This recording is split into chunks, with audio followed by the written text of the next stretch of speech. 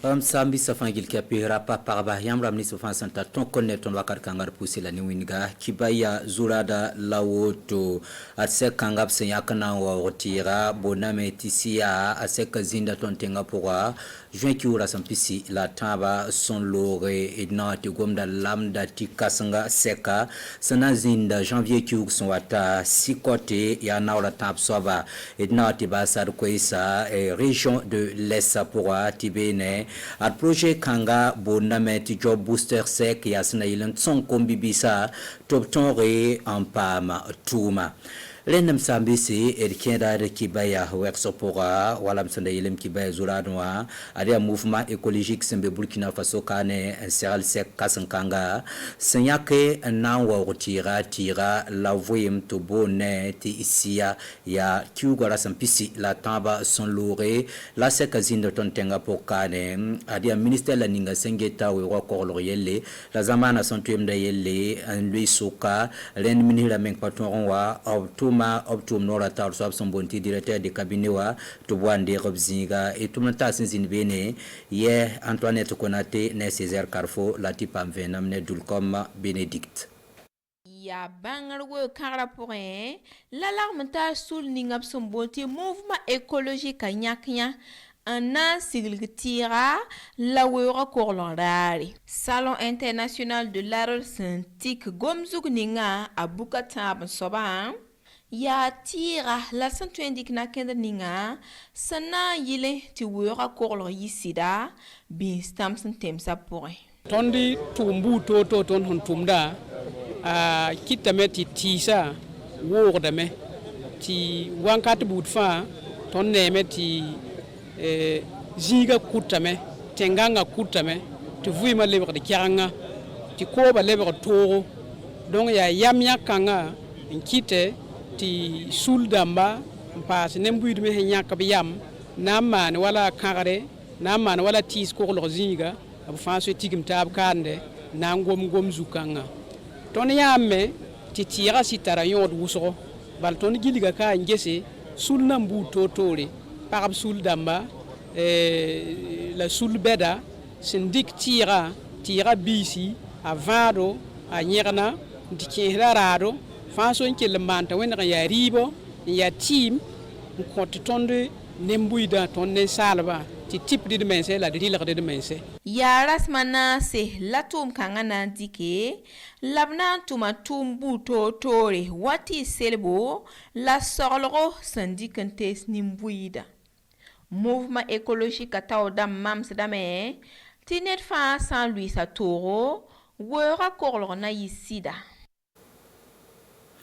Keng Taunet Kibanti Williamba Tilam da Tigra Sekasanga Sambonti Sikota Alana Zina Tonda Tenga Pora Nai janvier Sia Yum Benkar Kyugo Sonwate Kyuara Sampisila Yopuenera Sampisila Ni Kudo Tenga Pora Ya Vukata Absoba Lenda Kyuning Tolsambewa Pora Sampiga La Ni Son Lour Sincère Arzuma Minisila Ninga Singeta Lubra La Nustuma Yilton Tenga Pora Tizekab Naure en Keng Centre Ouest Solom na Tengsia Kudro Anti-Consolé Tobna Sing Tumbu Totore 57 Kanga Sigilgo itumnata sinzinibene Césaire Carfo Pierre Wedraogo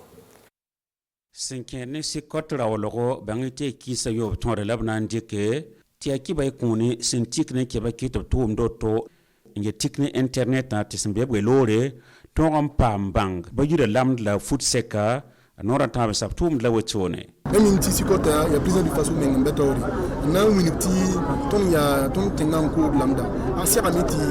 taso fa ha no zin hen lambda ndunu pourra na ndikala man ba to ko Burkina Faso ya ren kiti ti sikota ti Burkina Faso Sinket ne sikota nora tabe sap seka obun gam che yam palace bu totore la tumwe labna 15 to bravo Afrique lambda tum keng tawre tilam kwarbal nukto mramba rip tum da nyoto takada me ni zineka ni sen tase ngihe mo chondo spalo ton dike ya en ton lambda ton manda atoro gira fa to ko de tisazara en kambondo ko de tidum pa ma nyodum passe abu yinga na yiditi ne bani so ngo to ba to woka lo zinda man nan to man t-shirt na to man ka to ma fa nan to nkiti lambda ko do to ato nkiti zinda man pa pa to ko yika nebni sim tum do lambda tuma ko isla wotore man singa be industry po mi la wakat fa industry berbeda wa fa so faninda toto berbeda rungo no ale wakato parce que to ya bon dunia fan dara mana industry shin mandami karade usko na satenga menga de bongo to karade la ton saman to me man industry ton dar juno ningo on am ko ton juno Thomas Sankara awakato amuni ke ton faso da fani kitam ti parba au groupe coopérative ramo qui est l'antarundo parba mi tout vraiment organisation pays mais ton de mana organisation de bonti CCTH naila accompagné la tout kanga mo a qualité intazini ton te organiser la main wa industrie monté doit ne pas ne pinu rayine la gouvernement santé son neba demande professionnalisation monté professionnel de bangra pampanga de ten tout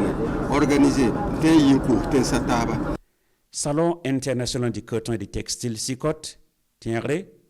anan yizile kirkiura sempisla yopoi antitan zile kirkiura sempisla ni yum tusayi la yum pisla yiba kudugo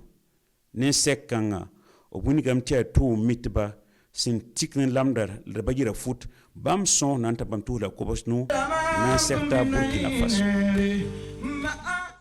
ren wamsi yela anazinde kiwara sampisi la yopera sampisi la nisi ayum vaincre kiwu janvier son wata sul kasing laninga sengeta ONG rambayele to bonte sponga adopta la seka zamandara seka ya tubzindingese option siglip tuma nan tumbum laninga bon lapton mane bon kete son mane anton banga pane labgisi tumata sinzinbene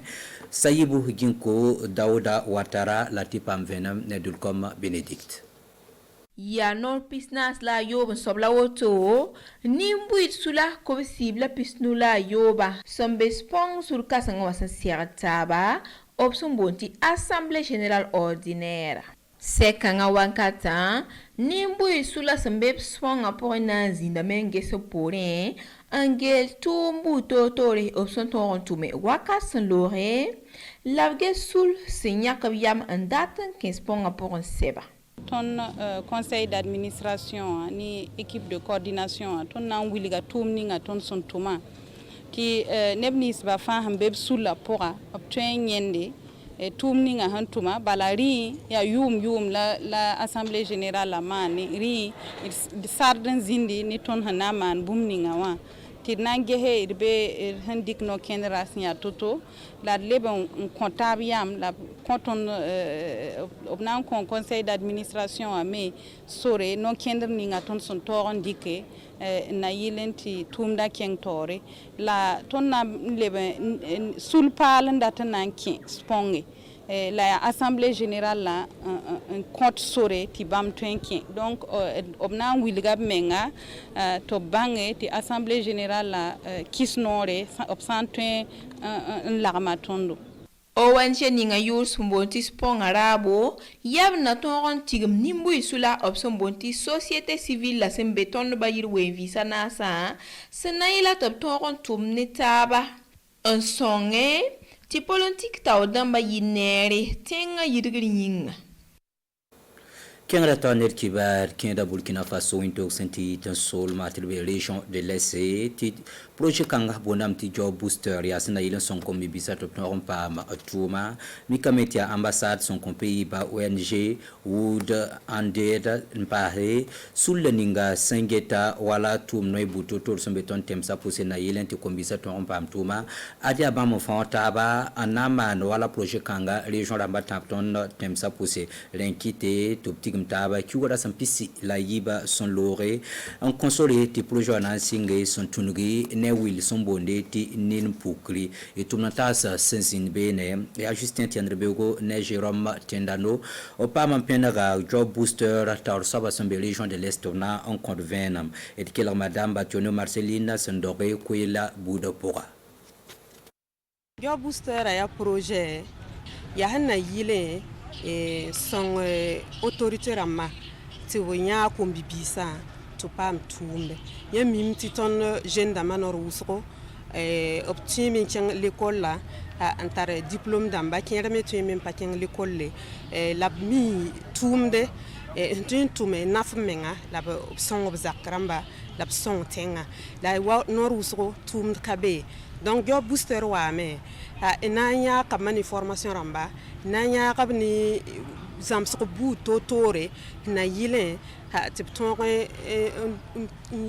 lugl tʋʋmde b meng dẽnda bɩ sẽn na n tɩ tʋme ne entreprise rãmba bɩ organisation rãmb sẽn be n tõe n kõ tʋʋmde wala la rũndã tõnd sẽn be ka wã plateforme la tõnd dat n na n lugli plateforme yʋʋre ya nin-pukri nin-puk tɩ bõe rat n wilgame tɩ jeune dãmba b segd n yikame fo ka tog n lebg n zĩ zakẽ tɩ tʋʋm ka be voilà fo tog n yikame kẽn wa au commissaire sẽn da yeela tɩ fo me wẽ na wẽ zĩig ninga tɩ kʋɩlems pake tɩ fo tõog n paam sõngre n fãag f menga donc nin-pukrã yaa plateforme sẽn na n yɩl n tɩ acteur dãmba fãa association rãmba centre de formation rãmba service étatique rãmba sẽn be kaanẽ wã projet la programme dãmba sẽn yãagd kom bi-biisã tɩ b lagem taaba n yẽse n tõog n kõ tab yam n ges yaa bõe la b na n maane n kõ kom bi-biisã na yɩlẽ n sõngb tɩ paam tʋʋmde Ren sambi sindeng tirwati basit kibaya na ndika kwese sentas yamba senkende ni namki hidba sula yam yakre sambonde ti sefopa ti adi arunde yibe wala idi komboyro bamne poronda mba sekibe kitba wilgi ti yes dantar politique wenge sanda somba zindi sien kiu ga sia jouer as matin ba sonate bamba pendant le lisoptoro yes dantar kanga pora dialogue politique ti bamba na yime manken buto tore na yikena province rampina se la anua pora na yiken sisi pora pana ampabwa pana sam bumbu ya sinan wilik balati ade ya sinan pousse kidba budu ne toro sentu ne tan so sa wenda labkella ampere labtebende tengana bandamba sana idi komboyro bamba wilik balati na meto brenga remsi wala yon korolga zuleston tenga pora ya ronton zineta bangese nimbuida zaba yelle labgome wala election ramba sia vote ramba yelle renda nam kidba sulta soba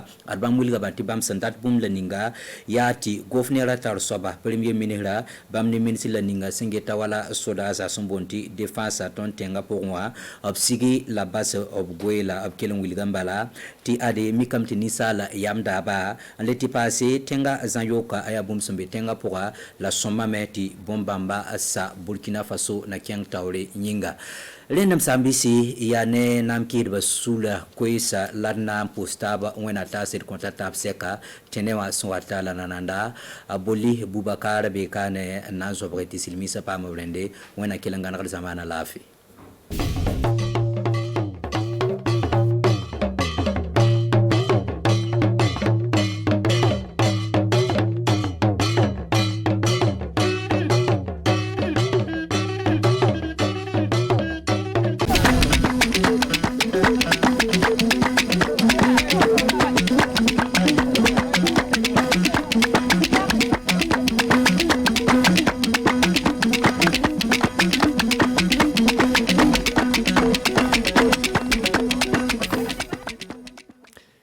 fedde sifop waldere kawrondinde baale politique aje lundide laamu holli ke kambo en tawataake ele kawrital anningal wadugol hakkude mabbe dum wonno baale gondude laamu hande ngu be adande nyalande faabe gada yaadu nyande tati lewru tubako daruturundu faabe kolla mettu mabbe no leydi meden jodori hande ni cibaruji meden handen en kalan hala mudum wakkati mudum dan sukaabe jokkol ko watta kemi dido e capandi nayo wonno ko hebi wallira joni ka hano buudi juude ujunaaji capantati fayaade ujunaaji hemre e nogay ele guro wuro meden goromto wonno ko be kokka kambe du faabe ballito ele golle juude sakiraabe rewbe worbe nanobe fulfulde joodi be na hettinani medi wakkatiji bisimilla modon ko ri on nyalli e jam handen arjumare alla jaabu do mede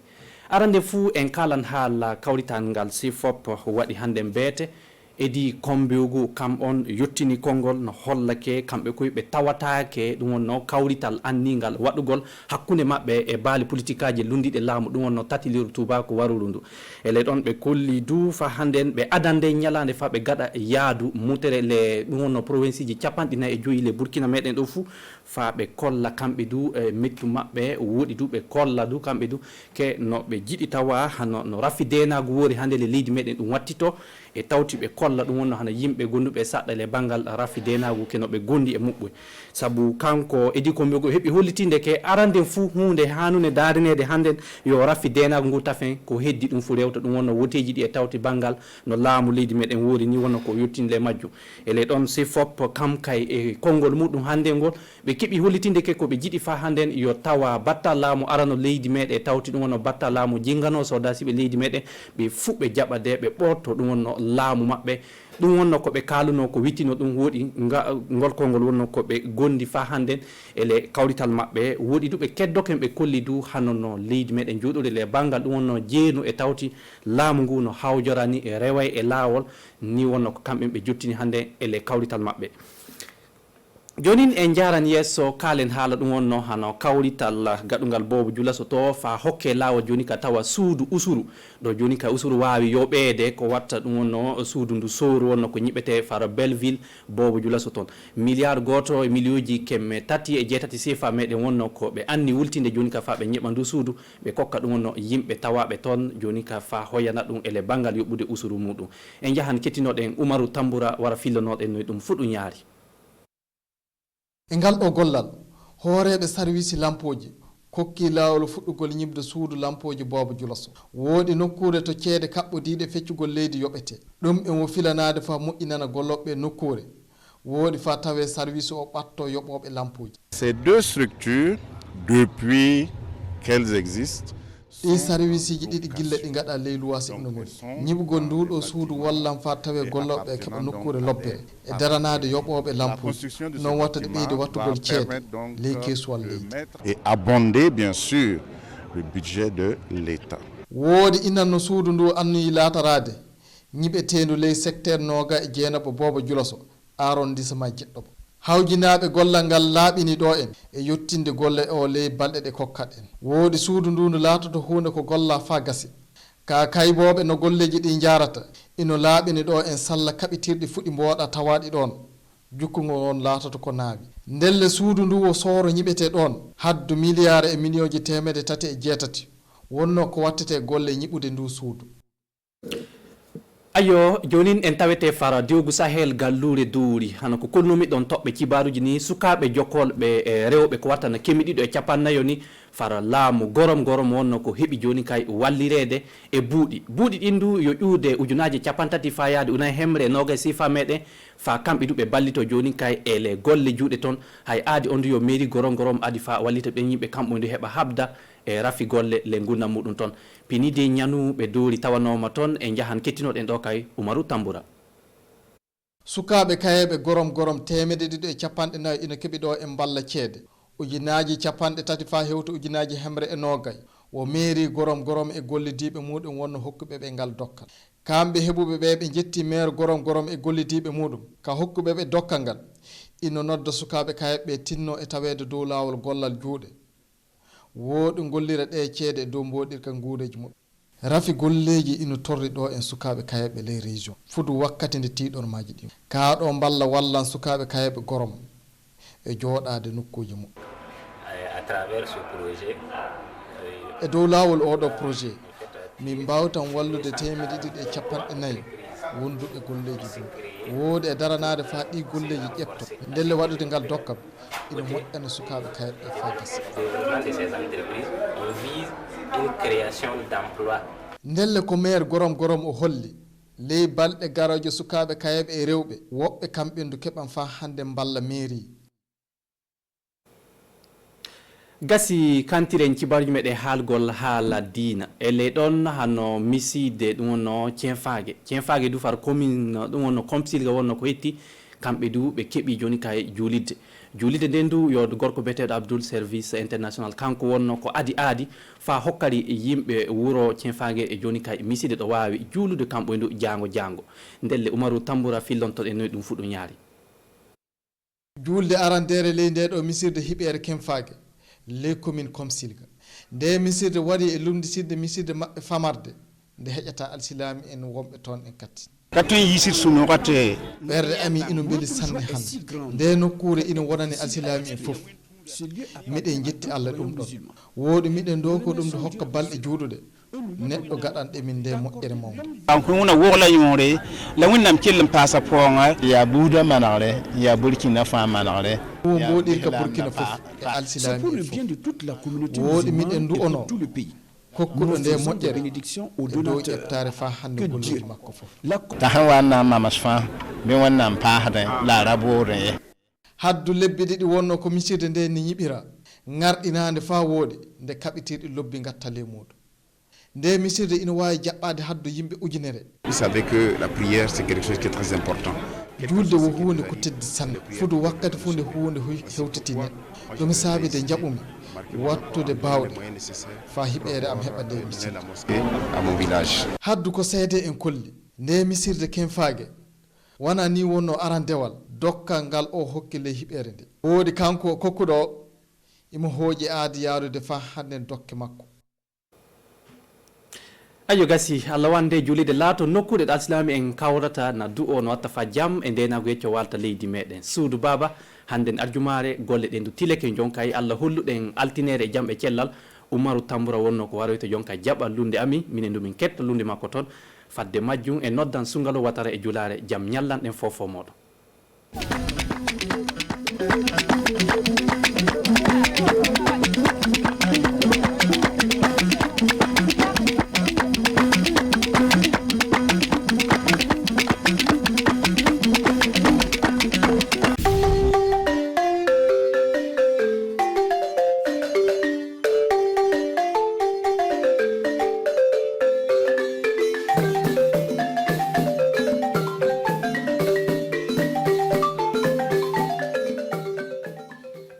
Dumba sigira ka ɲɛsin ka taa yiri la dɔn ko fan fɛ don dunuya fantanama la gɛlɛ an ka jamana kɔnɔna min ye samiya dankalon tile 20 ani sara o ɲɛnabɛ kɛra an ka jamana kɔnɔna min ye parc Bangare Wegora an fɛ wagadu a bɛna kunnafoli sɔrɔ ka taa kan a filanan a b'a dɔn ka ɲɛsin ka taa sikɔlɔ bɛ tununa ka taa min ye siyiri bɛ tununa ka taa kamasɔrɔ fɛn min a nafa jɛni bɛ ka se ka taa an ka jamana ka nafolobolo kan ani an ka musow bɛ ci u kɔnɔna na a kɛni bɛ ka se k'olu wasa an balima Burkina Faso television kanubagaw ani tile aw tɛ yɔrɔ si bi juma lo min bɛnnen bɛ an ka sumandakalo tile 25 ma san 2021 kɔnɔna an ka tilefɛ foli ba aw kelen kelen bɛ lajɛlen ye an bɛ taa daminɛ ka ɲɛna ka komi tuma fɔra cogo min na an ka kumaba kɔnɔna min ye ka ɲɛsin ka taa duniya fantan bɛ yurubu tunna ka taa maaw kɛ adamaden ka fiɲɛ kɛni bɛ a bɛna kɛ sababu ka se ka ni jɛ ni dɔ ma kɛ dɔ ye lon nataw la a bɛna kɛ se ka kɛ bɔnɛ olu kosɔn donba dir'o ma ka ɲɛsin ka taa sumayɔkalo tile 23 saba san o san o kosɔn an ka jamana mato kɔfɛ o y'o ɲɛnabɔ in ta ka kɛ o ka kunkɔta ye o kɛra sababu ye an ka ciden mun tun bɛ yɔrɔ César Carrefour ani madame Konate Sogodiya olu tɛ an ka ci ye kɛnɛ kan o ye min sɔrɔ ka na d'a ma an k'o lajɛ. Burkina Faso ka jɛkuluba min sigi n'o ka taa an ka waga ladonko kunna an b'o ko mouvement écologique du Burkina Faso olu kɛra sababu ka se ka ɲɔgɔn ye ba sigi dɔwɛrɛ tɛ ka ɲɛsin ka taa donba min sigila ka taa yiriw ladonko kunna dunuya fantan bɛɛ lajɛlen kɔnɔna na nin ɲɛnabɔ ba sigini don olu kɛra sababu ka se ka parc urbain Bangare Wego o ye wagadugu ka yirifotuba min sigini wagadugu dugusen kɔnɔna na ka se ka nin donba ni wasa o bonya ni karaman taara ka di ministre min tan ka taa an ka sigida ladonko kunna ani an ka waga ladonko kunna. Bon fɛn min y'a to o ɲa sinna ne ma parce que ne yɛrɛ bi yiri baara la. Parce que hectare 10 ani kelen ani tlan wolo bɛ ne fɛ n y'a to yen comme tufin n y'a to yen ni tubabuw b'a fɔ a ma ko forêt donc o tu lo bɛ ne bolo donc o le y'a kɛ o y'a ye ko n ka ɲi ka na ka kɛ en tout cas parrain ye a bɛ se ka kɛ seereya ye o bɛ se ka n'a bɛ se ka mɔgɔ wɛrɛ dɛmɛ bon ladilikan jumɛn min bɛ ne fɛ k'a di en tout cas mɔgɔw ma a ɲɛ b'a la bi bi nin na a bɛɛ ɲɛ b'a la sanji tɛ tilenna ka na. O ko climat ɲagamina dugukolo dimina sankolo dimina o kɔrɔ ye mun ye parce que yiri tɛ ni ɲɛnabɔli don a sigi ko sabanan no filɛ nin ye a walada taara bila min kan don yiri ladonko ani dugukolo bɛ se ka ladon cogo di ka se ka an ka jaw ka se k'o lakɛlɛ ka bɔ an ka jamana kɔnɔna na yiri parce que yiri lo kɛn lo komi chef de famille yiri lo kɛn lo komi denfa ni yiri tɛ foyi tɛ se ka ɲɛ ni yiri tɛ an ka élevage tɛ ɲɛ ni yiri tɛ an ka agriculture tɛ ɲɛ ni yiri tɛ foyi tɛ se ka ɲɛ donc wolo min bɛ ne fɛ ka fɔ mɔgɔw ye forow b'an fɛ an bɛ se ka yiri to yen an ka foro kɔnɔ an bɛ se ka yɔrɔ den dɔ bɔ k'a to yen komi yiri foro parce que bibi n'an ɲɛ b'a la mɔgɔ dɔ bɛ taa hectare 10 hectare 20 an b'a bɛɛ tigɛ bon an b'a tigɛ ka to yiri lo dun b'a to san min na yiri lo dun b'a to an ka bɛgɛnw bɛ yiriwa donc kunnafoni min ne fɛ ka fɔ mɔgɔw ye an k'an jɔ to yiri la parce que n'an ye yiri tigɛ an y'an yɛrɛ lu tigɛ parce que a kɛra komi n'an ye yiri foro tiɲɛ a kɛra komi an layɔrɔ an b'an layɔrɔ lu tiɲɛna donc kunnafoni min bɛ fɛ ka fɔ mɔgɔw ye vraiment o ka banba ka yiri turu ka yiri considérer ka yiri don en tout cas o ka baaraw kɔnɔ yiri turu ani yiri min b'an fɛ ka ban o ka dɔw protéger. tile naani nin kɔnɔna na don o bɛna kɛ sababu ka se ka yiri lo wasa ka se ka yiri ka nafa yirana ani ka se ka welelikan fɔ ka di fasoden kelen kelen bɛɛ lajɛlen ma an'o yɔrɔdenw minnu sigilen fɛ k'u y'o don o sigilen filɛ nin kɔnbi siri ka cɛkɛda dɔ la o ka se k'o bolo fara ɲɔgɔn kan jango yiri ye cogo min na ka se ka yiri danbe dɔn ani ka se ka yiri wasa ka se ka ladon ko ɲuman sabu yiri ye an ka siniɲɛsigi le yiri ye an nin de ye. an ka siyirubu tunna ka taa ka sababuya kɛ don ni dɔ ma kɛ dɔ ye olu kɔsɔn don min ye jɔkulu sigira ka se ka fili bɛ se ka baara kɛ miiriya sɔrɔ cogo min na minnu ta taa n'o ka taa si kɔlɔ ani siyiri ɲɛtaga ko kunna an ka jamana kɔnɔna na o ye ɲɔgɔn ye basigi o sen kɔnɔna la ka se ka kɛ sabu a sɔrɔ bolo ka cɛ n'i y'a ta siyiri waga 300 ani kɔ ayiwa olu kɛnɛ bɛ olu sigini bɛ an ka jamana kɔnɔ n'an ma tulon kɛ yanni san daba ni an tɛna siyiri ye foyi sɔrɔ ka se ka faamuyali Jean Bayala ani Sidoni Kantino olu ti an ka ciden o kɛnɛ kan an ko lajɛ. Burkina Faso dɔnni do ko siyiru ka cɛ an ka jamana kɔnɔna o y'a jateminɛ kɛ an ka siyiru min b'a an ka jamana kɔnɔna don o taara bɛn 300,000 ani 5 ani waga 400 ani 1 o yiridenw de b'an fɛ faso kɔnɔna na nin ye fɛrɛba ye ka di an ka sikɔlɔ baarakɛlaw ma ka yira k'a fɔ ko min sikɔlɔ o bɛ se ka tɔmɔ an ka jamana kɔnɔna na o taara bɛn tɔni 1,000,000 ani waga 200 ni 40 ani 7 ni 200 ani 94 ani 4 o ye sɔrɔba ye ka ɲɛsin ka taa an ka ci baarakɛlaw musow fɛ an ka jamana kɔnɔna na ala ni sɔrɔ bolo min ɲɛnama min sɔrɔ no ka ɲɛsin ka taa min ye sikɔlɔ baarako fɛn fɛn an ka jamana kɔnɔna don o yɛrɛ k'a fɔ ko san tɛmɛlen kɔ la a kɛlen bɛ ka se ka dɔ bɔ a sɔrɔ bolo kɔn fɛ sabu ka yɛrɛ ka fili yɛlɛmani jumɛn bɛ se ka don ka se ka na ni sɔrɔ bolo ye ka se ka yɛlɛmani don an ka ci baarakɛlaw musow ka baarako fanfɛla la an'u ka baara sen kɔfɛ n'u ka sɔrɔ bolo kan ani an bɛ kɛ cogo di ka se k'an ka mara ladon ko ɲuman a walada taara bila min kan don sikɔrɔ baarakɛlaw olu ka niyɔrɔta ye jumɛn ye an'u ka sigida ye jumɛn ye jango ka se ka to sikɔrɔba la ani siri a bɛ se ka fanga sɔrɔ cogo an bɛ kɛ cogo di ka se ka ladon ko ɲuman jango a ka se ka se jan sɔrɔ ka buguya kosɛbɛ minisiri min sigilen don ka taa o ci baarakɛ ko fanfɛ a y'a yira k'a fɔ ko can no wagati kɛn bɛ ka se ka a bɛ dɔgɔyara ka taga min a sanni feereko ye a kɛn bɛ ka se ka kɛ gɛlɛmaba ye o senfɛ kama sɔrɔ siri min bɛ kan ka siriden d'an ma an bɛ o to a bɛ fagara ka taa an ka kan ka baara kɛ kosɛbɛ ka se ka siyiru an ka se k'u laturu jango ka se ka dugukolo ladon ko ɲuman siyiru nu u ka wuli ka ɲɛ olu bɛna kɛ sababu ye an ka se ka sikɔlɔ sabati ka ɲɛ n'o tɛ siyiri bɛ tunna ka taa a bɛ kɛ sababu ye ka se ka don baarasen caman la a bɛ turuw dilan a bɛ kunsigiminɛnw dilan min ye ka ɲɛsin faramasi filaw a b'o dilan a bɛ kɛ sababu ye lidenw bɛ li dilan ka d'a ma min ye a seko la a n'a bɔnbɔn o ɲɔgɔnsi caman mun kosɔn ayiwa an b'o bɛɛ latora kɔfɛ a welelikan bɔra ka di si baarakɛlaw bɛɛ ma u ka baara kɛ kosɛbɛ jango nin yiri nin a ka kɛ nafamaba ye an fɛ. an bɛ taa bɔ min ye bereka dugu sisan ka yira k'a fɔ ko min ye faso danfani n'ala sɔnna o ba dayɛlɛla ka ban lo nataw la faso danfani bɛna dan bereka dugu o sababuya kɔdɔ ala ni teriya min seginna ka ɲɛsin ka da bereka dugu ka kobidaw ka jɔkulu ɲɛmɔgɔba ko conseil municipal de bereka dugu union européenne ani agence opérationnelle de la coopération autrichienne olu kɛra sababu ye ka se ka bolo fara ɲɔgɔn kan sibiridon tɛmɛnen o ɲɛnabɔ sigila o fɛ yɔrɔ la ka se ka faamuyali ka don min ye kasu milogo ani absetu bokum olu ti an ka ci de bereka dugu kɛra olu ɲɛna o ka se refili Ni ye faso danfani dilan centre kura ye Brigadugu Cascade mara la. O centre kura lora ka hakilina bɔ o yɔrɔ kafodaw fɛ ni tuma projet ye. Brigadugu mairie ka fɔra $60 CFA la o de kɛla ka ni centre kura ni lɔ ka sababu kɛ Union européenne tɔnboloba ani Autriche jamanadenw ye. Oui, appel de lance comme concours le. Donc quand un projet monté câble donc projet ne sera ka sɔrɔ donc o ka an dɛmɛ ni wari an nana centre ni lɔ centre ni kɔnɔ an bɛ corne fil lo ta ka a kɛ couleur ye et puis o bɛ tafe danna ye tafe min danna ni a bɛ ta ka kalan fani ye donc centre ni kɔnɔ musow baara kɛ kamalenninw baara kɛ donc minnu bɛ yen pour le moment centre na mɔgɔ 60 ɲɔgɔn baara kɛra centre ni kɔnɔ donc o bɛ fil ni kɛ couleur ye k'a dan tafe ye et puis k'a kalan. Donc a bɛna kɛ sababu ye vraiment minnu tɛ baara la jeune minnu tɛ baara la dɔw kɔni bɛ se ka baara sɔrɔ centre ni sababu la. Ni centre bɛna mɔgɔ caman dɛmɛ ka o yɛrɛ ta sini ma sini min ye a niyɔrɔtabagaw ye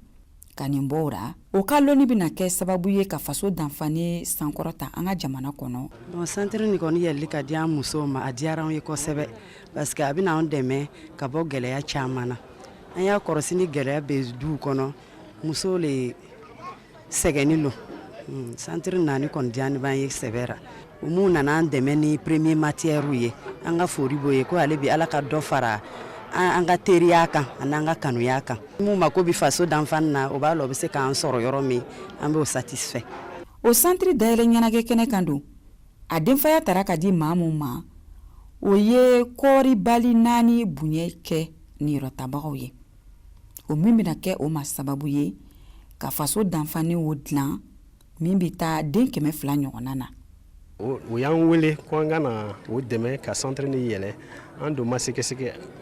an nana fara o kan ka fɔ o ɲɛna ko an b'o kɔfɛ an bɛ kɛ di ka bolo don ɲɔgɔn bolo ka ɲɔgɔn dɛmɛ pour que minnu bɛna na centre nin kɔnɔ ka apprentissage kɛ o k'a lɔn ko an n'u fana b'o kɔfɛ an bɛ se k'o dɛmɛ cogoya min na an bɛna o kɛ. Yani ni centre kura nin ka dayɛlɛ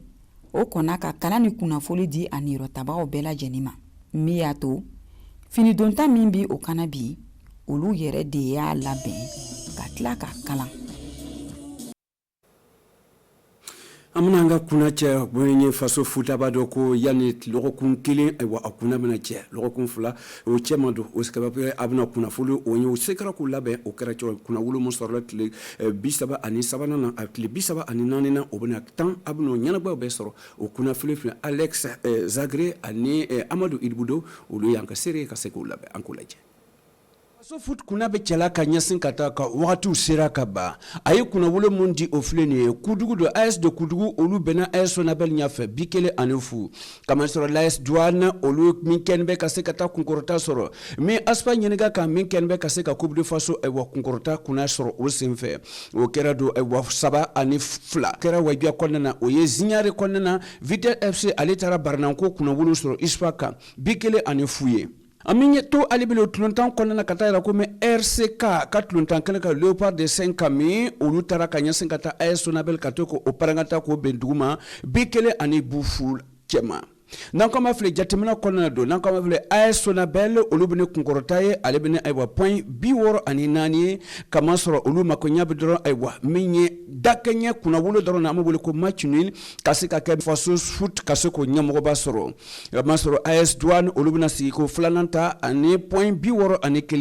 ani min ye Salitas olu bɛna point 57 sɔrɔ ka se ka sigiyɔrɔ 3nan ta sini don an ka tulontan min a laban a 34 nan don o kunna bɛna cɛ a waati u filɛ nin ye wayibiya don olu ka tulontan kelen na don EFO ani ISPA olu bɛna sɔgɔ ɲɔgɔn na o sen fanfɛla la kama sɔrɔ Zignare Majestic olu bɛna AS Douane olu bɛna sɔgɔ ɲɔgɔn na Banfora Raimo olu ni AS Police olu bɛna sɔgɔ ɲɔgɔn na Vitesse olu bɛna ni Léopard de 5 kami olu bɛna sɔgɔ ɲɔgɔn Stade Lamizana na Bobo Dilaso o ye ka ɲɛsin ka taa kan min ye ka ɲɛsin ka taa ISPA ale ni ISO olu bɛna sɔgɔ ɲɔgɔn na ISPA tulontan kelen na ISO olu ni COSAF olu bɛna sɔgɔ ɲɔgɔn na COSAF min an ka tulontan faso foot ka mɔ jɔkulu laban ye ka ɲɛsin ka tɔn bɛna kunnawolo sɔrɔ ka to kan an b'a ladɔnya k'a fɔ ko ninnu bɛɛ n'a bɛ fɔ ka kunnafoni jɔnjɔn sɔrɔ a ka ɲɔgɔn sɔrɔ bi wulada na nɛgɛ kaɲa 21 ani Christelle Pare o ka tulontan ɲɛnabɔ kɔnɔ Actu Sport kɔnɔna na.